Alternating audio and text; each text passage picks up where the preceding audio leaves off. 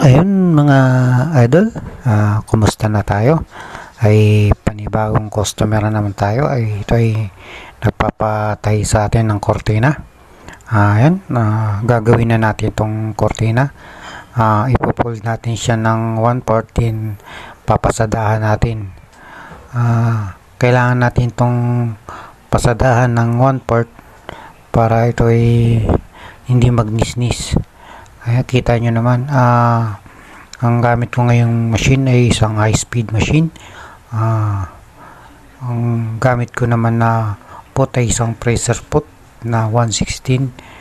So yun mga idol, utay-utayin na lang natin to kasi wala tayong attachment. Kasi yung iba kasi nito pag gumagawa mayroon ng mga attachment, kaya dire-diretso yung paggagawa nila nito. Tayo ay mano-mano yung pagpo-fold natin